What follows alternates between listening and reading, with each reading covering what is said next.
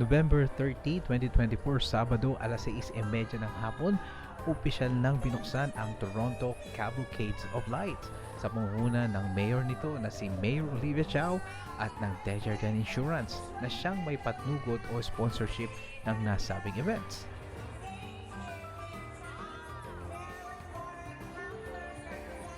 Bukod sa pagpapailaw ng giant Christmas tree sa tapat ng Toronto City Hall, tampok din sa gabing ito ang iba't ibang performances na handog ng mga ilang grupo sa syudad.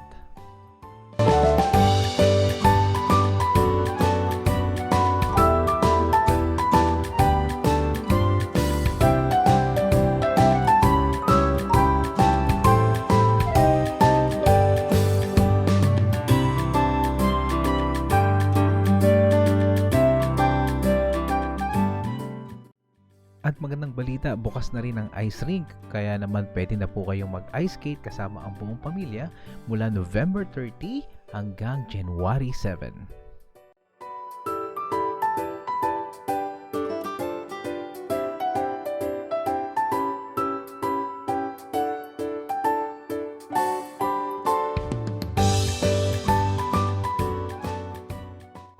Kaya naman kung kayo po ay magagawin ng Toronto sa may downtown, ito ay maaari niyong pangsyalan.